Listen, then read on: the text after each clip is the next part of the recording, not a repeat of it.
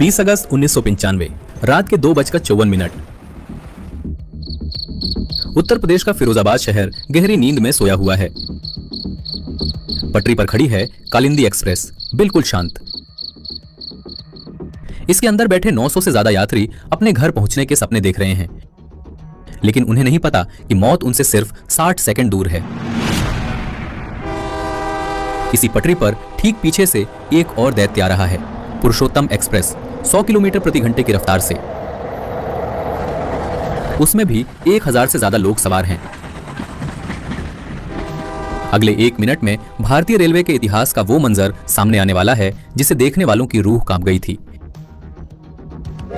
एक छोटी सी गलती, एक जानवर और 358 लाशें। यह सिर्फ एक हादसा नहीं था, यह सिस्टम की एक ऐसी भूल थी जिसने सैकड़ों फौजी जवानों और खिलाड़ियों को नींद में ही मौत की गोद में सुला दिया। कहानी को समझने के लिए हमें उस रात की शुरुआत में जाना होगा। दिल्ली कानपुर सेक्शन, भारत का सबसे व्यस्त रेल रूट। उस समय मोबाइल फोन आम नहीं थे, जीपीएस नहीं था। ट्रेनों का भरोसा सिर्फ सिग्नल्स और लोहे की पटरियों पर था। 2 ट्रेनें दिल्ली की तरफ बढ़ रही थीं। पहली कालिंदी एक्सप्रेस। कानपुर से चली ये ट्रेन आम यात्रियों, मजदूरों और परिवारों से खचाखच भरी थी। इसमें वो पुरानी तकनीक वाले वैक्यूम ब्रेक लगे थे जो हवा के दबाव पर काम करते थे। दूसरी पुरुषोत्तम एक्सप्रेस, पूरी ओडिशा से आ रही एक सुपर फास्ट ट्रेन।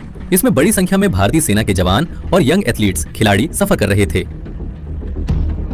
सब कुछ सामान्य था, लेकिन फिरोजाबाद स्टेशन के पास किस्मत ने अपना खेल खेलना शुरू किया। रात के करीब 2:30 थे। कालिंदी एक्सप्रेस अपनी रफ्तार में थी। तभी अचानक अंधेरे में पटरियों पर एक नीलगाय आ गई। ड्राइवर ने ब्रेक लगाने की कोशिश की, लेकिन टक्कर हो गई। टक्कर इतनी जबरदस्त थी कि इंजन के नीचे लगा वैक्यूम पाइप टूट गया। वैक्यूम सिस्टम का एक नियम है, अगर पाइप टूटा तो हवा अंदर घुस जाएगी और ट्रेन के पहिए अपने आप जाम हो जाएंगे। कालिंदी एक्सप्रेस फिरोजाबाद स्टेशन के आउटर सिग्नल के पास सुनसान अंधेरे में पत्थर बनकर खड़ी हो गई। ड्राइवर और असिस्टेंट ड्राइवर नीचे उतरे। वो टॉर्च की रोशनी में नीलगाय को हटाने और पाइप जोड़ने की कोशिश करने लगे, लेकिन यहां एक बड़ी चूक हो रही थी। नियम कहता है कि अगर ट्रेन जंगल में रुके तो गार्ड को पीछे जाकर पटरियों पर पटाखे लगाने चाहिए ताकि पीछे से आने वाली ट्रेन को पता चल सके। लेकिन क्या उस रात गार्ड ने यह किया? शायद नहीं, या शायद उस वक्त ही नहीं मिला। अब सीन शिफ्ट होता है फिरोजाबाद स्टेशन के वेस्ट कैबिन में। यहां तैनात था स्विचमैन गोरेलाल। उसकी जिम्मेदारी थी यह देखना कि कालिंदी एक्सप्रेस वहां से गुजरी है या नहीं। लेकिन यहीं पर इंसान और मशीन दोनों धोखा खा गए। कालिंदी एक्सप्रेस वहां खड़ी थी, लेकिन गोरेलाल को लगा कि वो निकल चुकी है। उसे कोई खबर नहीं थी कि एक ट्रेन उसके सिग्नल से चंद कदमों की दूरी पर खराब खड़ी है। तभी पीछे से पुरुषोत्तम एक्सप्रेस के आने की सूचना मिली। गोरेलाल ने वो किया जो उसे कभी नहीं करना चाहिए था। उसने लीवर खींचा और पुरुषोत्तम एक्सप्रेस के लिए सिग्नल हरा कर दिया। यह सिग्नल नहीं था, यह 358 लोगों का डेथ वारंट था। रात के 2:54 पुरुषोत्तम एक्सप्रेस के ड्राइवर ने ग्रीन सिग्नल देखा। उसने अपनी स्पीड बढ़ाई, लगभग 70 से 80 किलोमीटर प्रति घंटा। ट्रेन हवा से बातें कर रही थी, यात्री गहरी नींद में थे। अचानक हेडलाइट की रोशनी में ड्राइवर को अपने सामने कुछ खड़ा दिखाई दिया।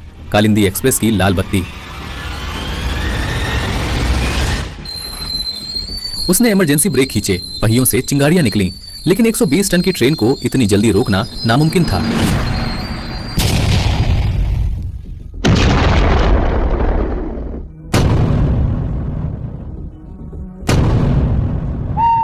टक्कर की आवाज इतनी तेज थी कि 1 मील दूर तक लोगों को लगा जैसे कोई बम गिरा हो। पुरुषोत्तम का इंजन कालिंदी के पिछले हिस्से को चीरता हुआ अंदर घुस गया।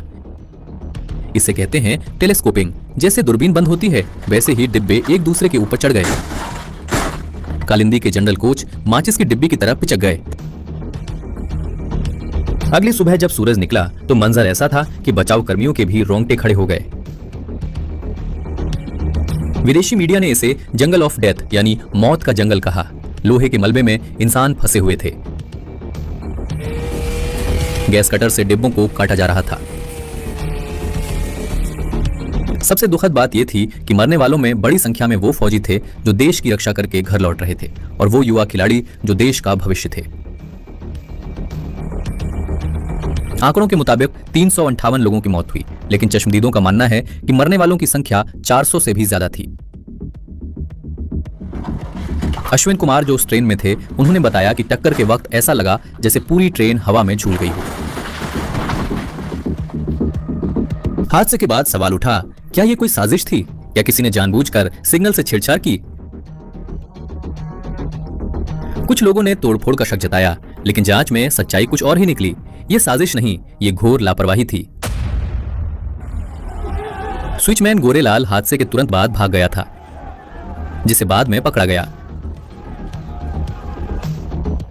जांच में यह भी सामने आया कि अगर उस समय पटरियों पर ट्रैक सर्किट जैसी तकनीक होती तो गोरेलाल चाहकर भी ग्रीन सिग्नल नहीं दे पाता। सिस्टम की कमी और एक इंसान की भूल ने सैकड़ों घरों के चिराग बुझा दिए।